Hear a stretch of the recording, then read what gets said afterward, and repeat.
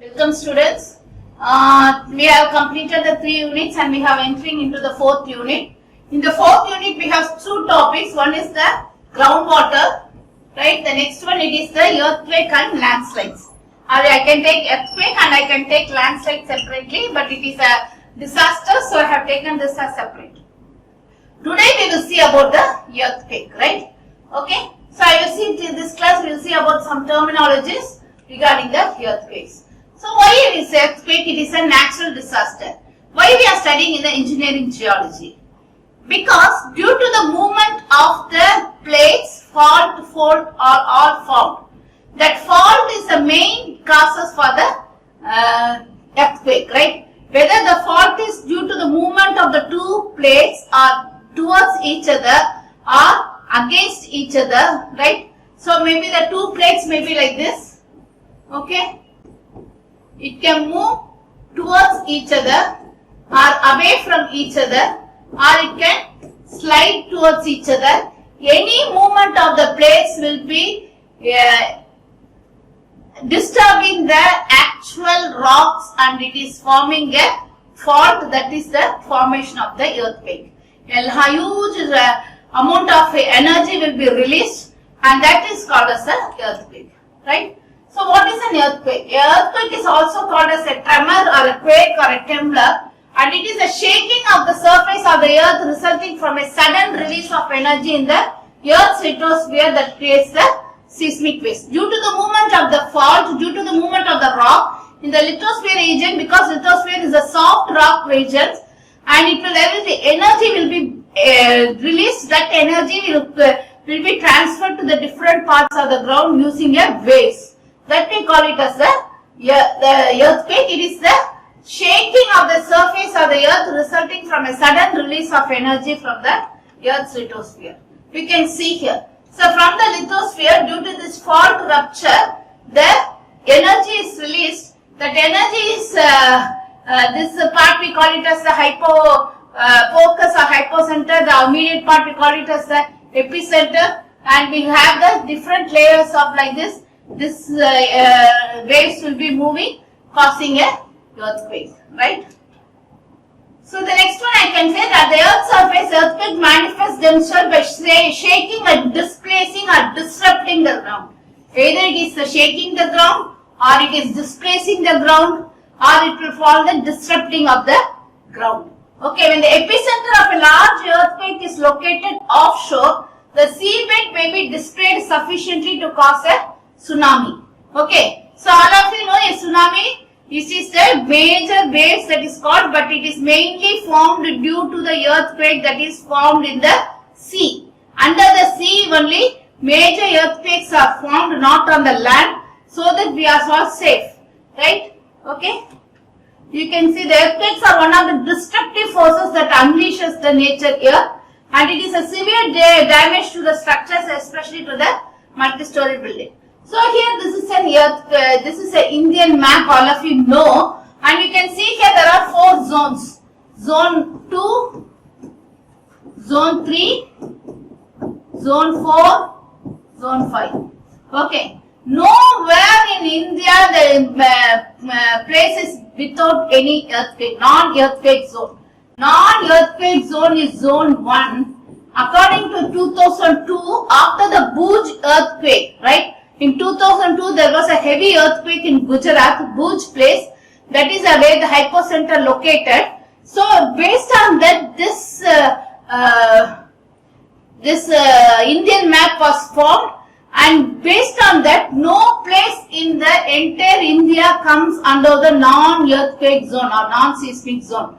This red color shows that it is a severely affected earthquake zone, because almost it is in the area of the Himalayas. There will be more earthquake or near the sea and all other things. These things are under earthquake zone 4, okay, and these are the things that is in earthquake zone 2.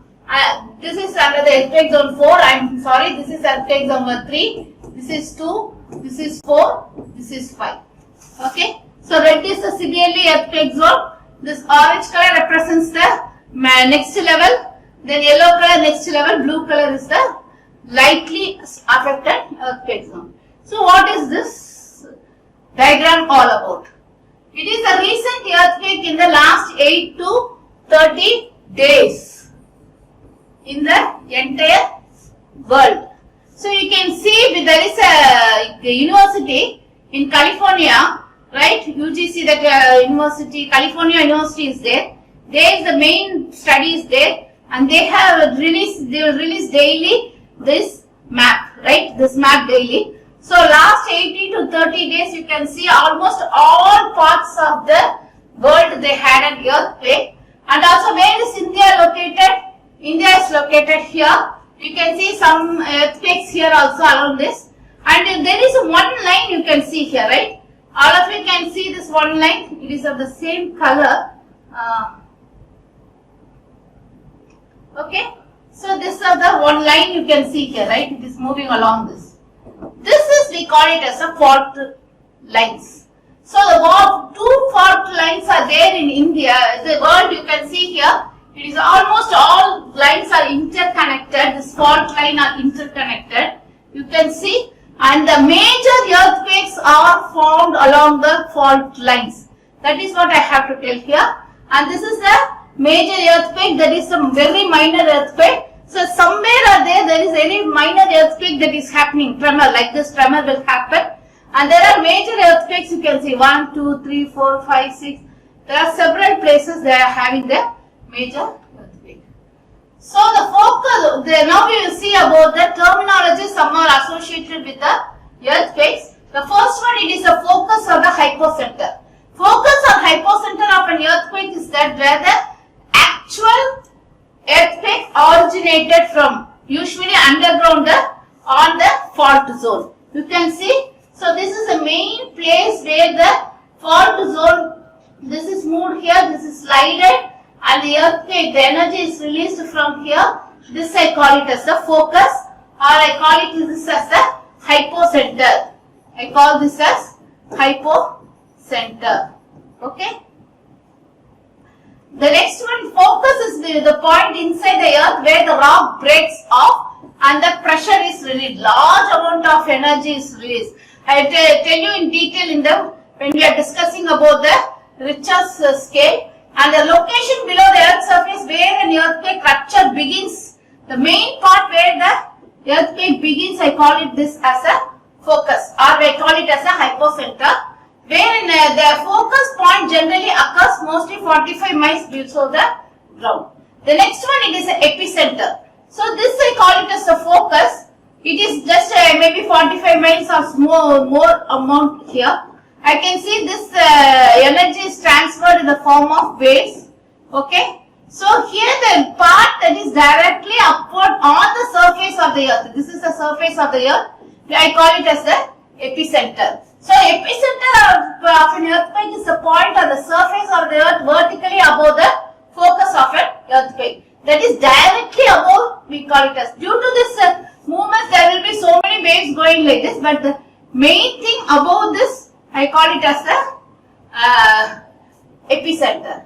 Okay. So actually, the seismic disturbance from which the shock waves of an earthquake seem to radiate.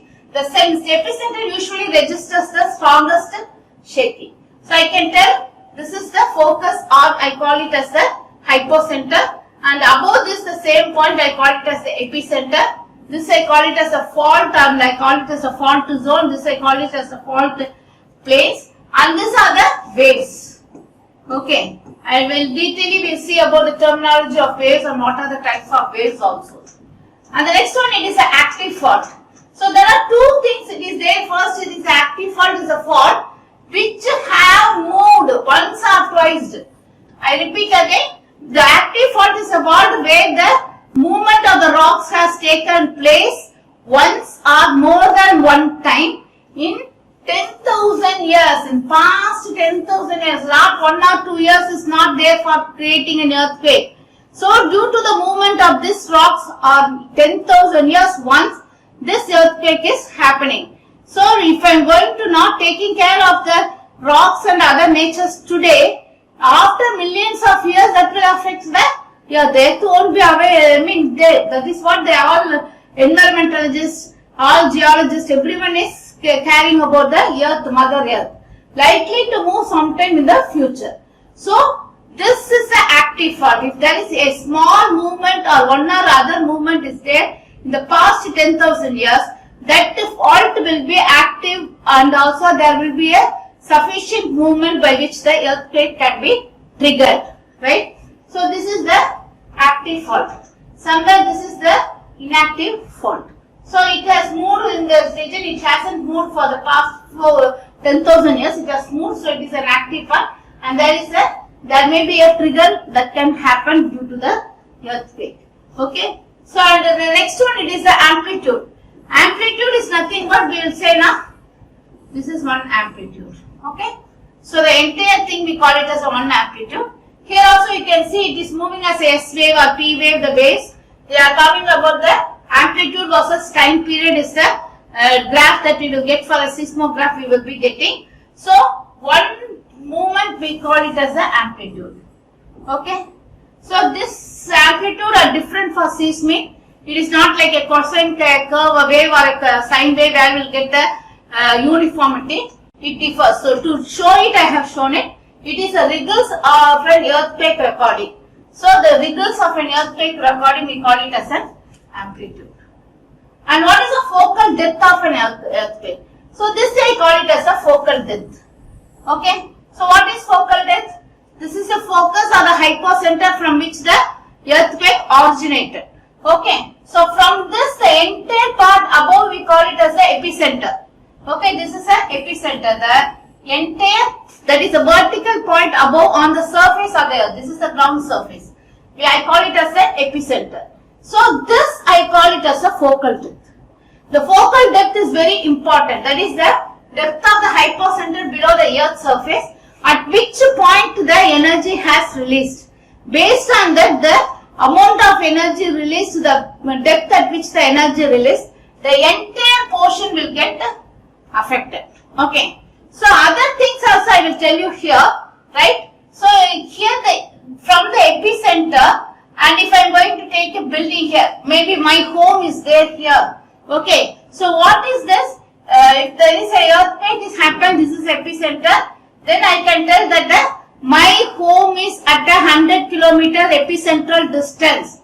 That like that only they will tell. That monument was around 100 kilometer epicentral distance. That is the distance from this epicenter to my place of interest. Place of interest may be a dam or a monument or my own home or some other building. What I am taking into account. That is the epicentral distance. So the distance from the focus to the epicenter, I call it as the focal depth.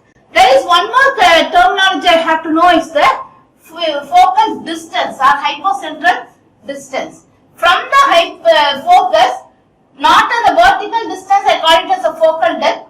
To any place, the distance, I call it as a focal distance.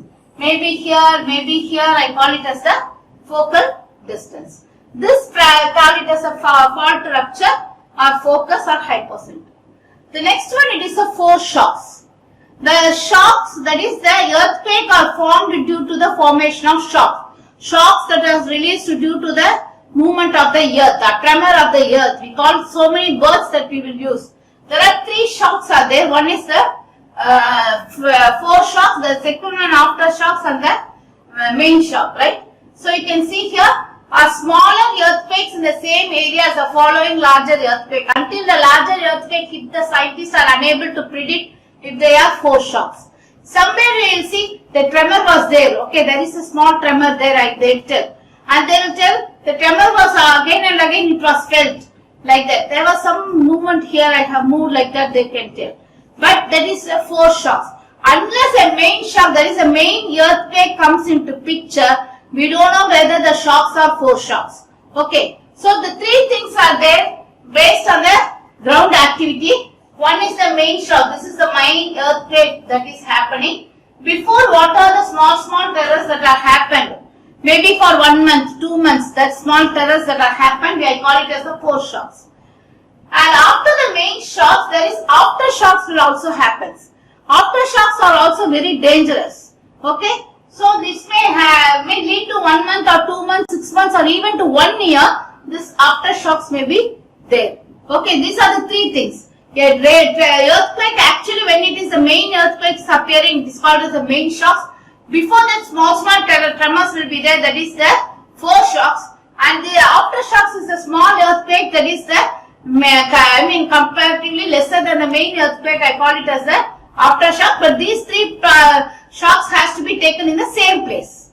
Okay, and aftershocks are linked to the size of the main shock, and if it is a large, it can continue for many weeks, even months or years.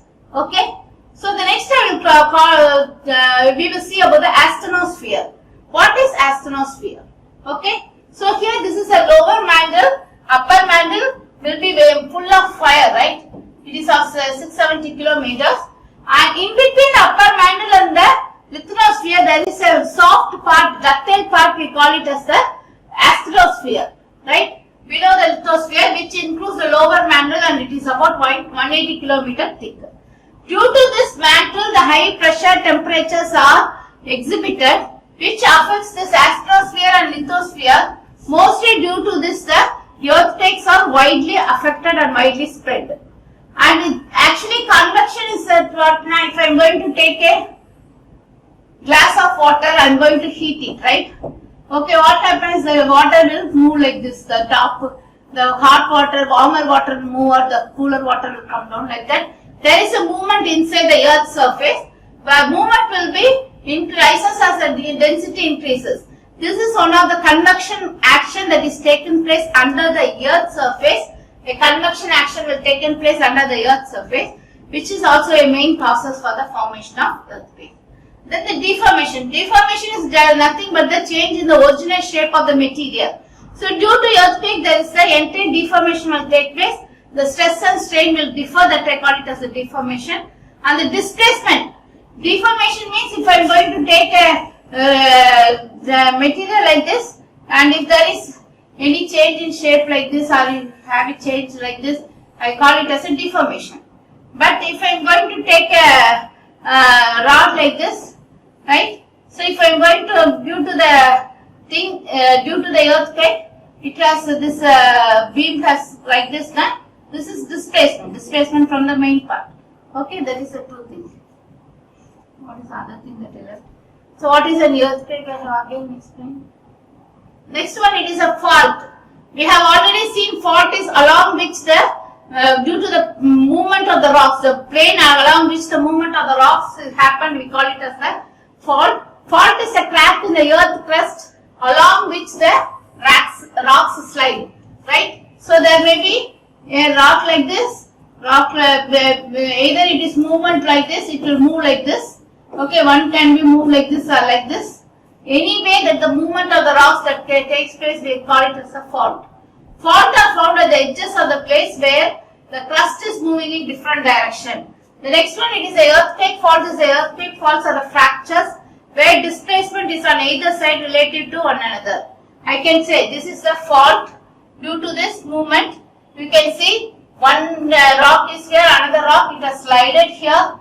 This is the hypocenter, this is the epicenter at the top, and this I call it as a fault zone. The entire thing I call it as a fault, right? A fault is a weak point within a tectonic plate where the pressure formed beneath the surface can break through and causing a shaking in the earthquake, and the entire plane I call it as the fault plane.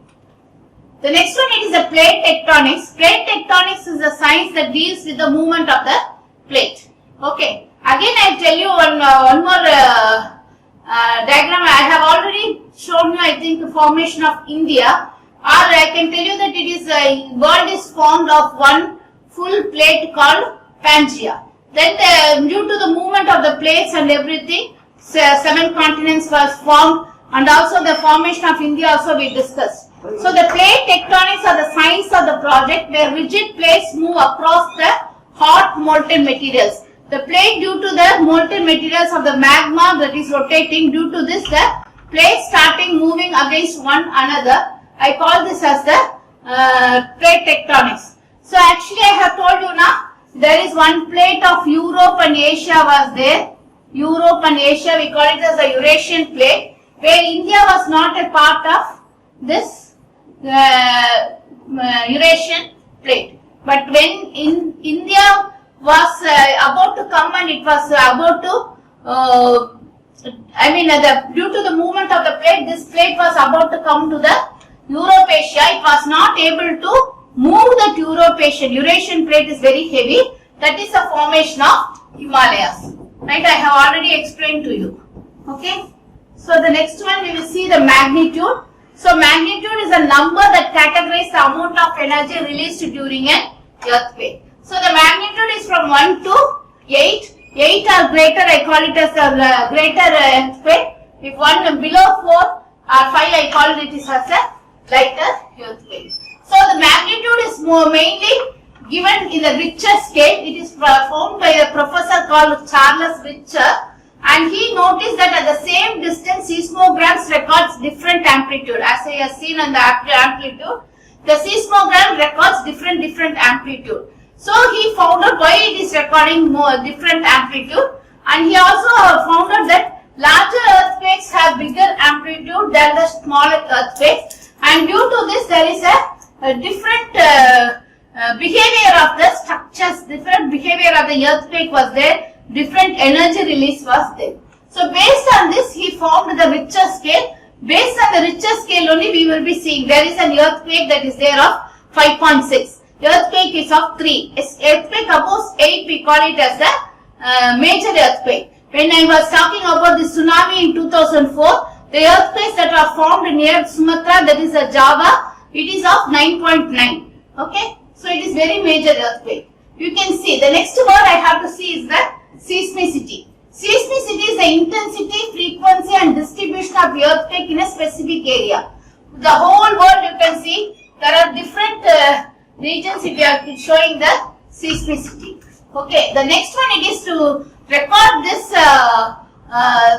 seismic or the earthquake. I have an equipment that I call it as the seismograph, right? So here it is a very old, nowadays so many sensors has come. This is a major conceptual explanation of the seismograph. So when there is a trigger it is there, what will happen? This pendulum tends to move.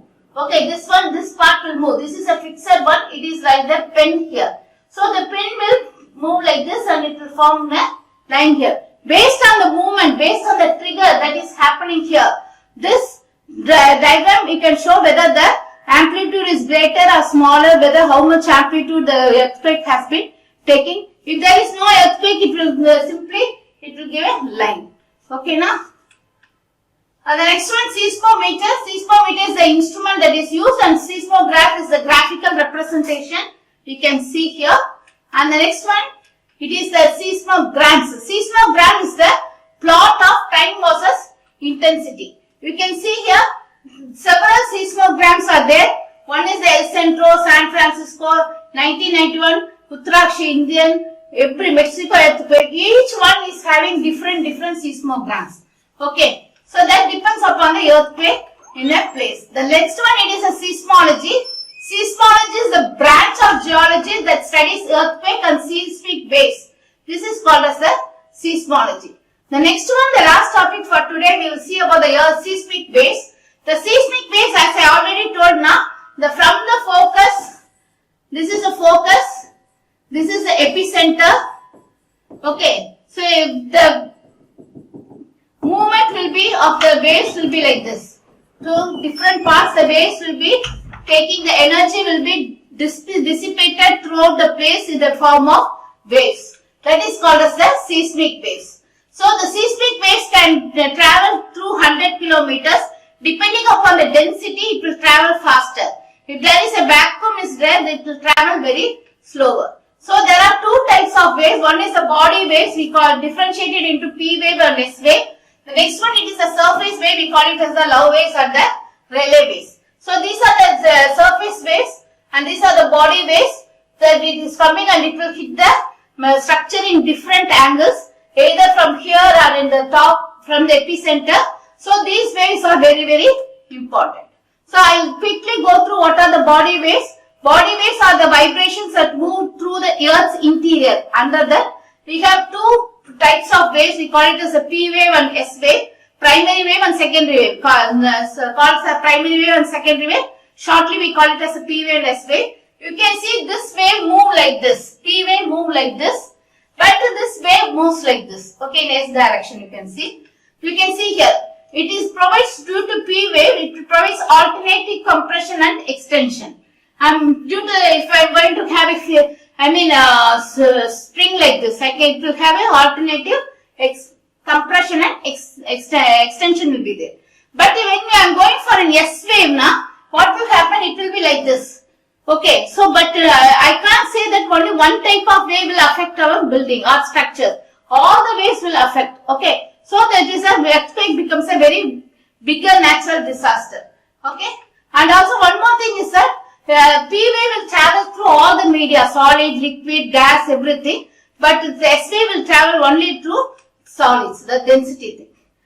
This also the same thing I have given for your better understanding. The next one, it is the surface waves, they call it as the Love waves and the Rayleigh waves. Now I will show you the difference between all the four waves. So these are the main waves that is under the earth. The surface waves are due to the episerval. It is formed in the top of the surface. That is if this is the earth waves, this is the earth surface. Here it is focus is there, hypocenter is there. So from the interior I call it as a P waves and S waves. So this is the epicenter from the waves that is formed. So this wave also will reach the earth surface and it will move. So this movement we call it as the Love waves and the Rayleigh waves. So Love waves you can see here, not only this movement will be there, the interior also there will be movement. Here you cannot see that interior movement. Here there will be a circular movement like this. Even this part will be rotating like this, like that of a ball, it will rotate, that waves will be moving. Okay. You can see here clearly this waves. Okay. And you can see the difference between all the four waves. The fault zone, we have already seen this fault is a weak point within the tectonic plate where pressure formed beneath the surface can break through, causing shaking in an earthquake. And tsunami are the giant waves that are formed, that is a secondary thing that is formed due to the earthquake formation. Earthquake, there is a lot of energy is released, which will be end up in a tsunami, landslide, liquefaction, everything. So the tremors are the vibration, that is the other name that can be given to a earthquake, right? It is a tremors or the waves that is formed. And liquefaction is that where the underground water is affected due to the earthquake, then the soil liquefaction will happen. So these points we will be discussing in detail. This is only the terminology we have seen in this class. The other things we will discuss in the coming classes. Thank you.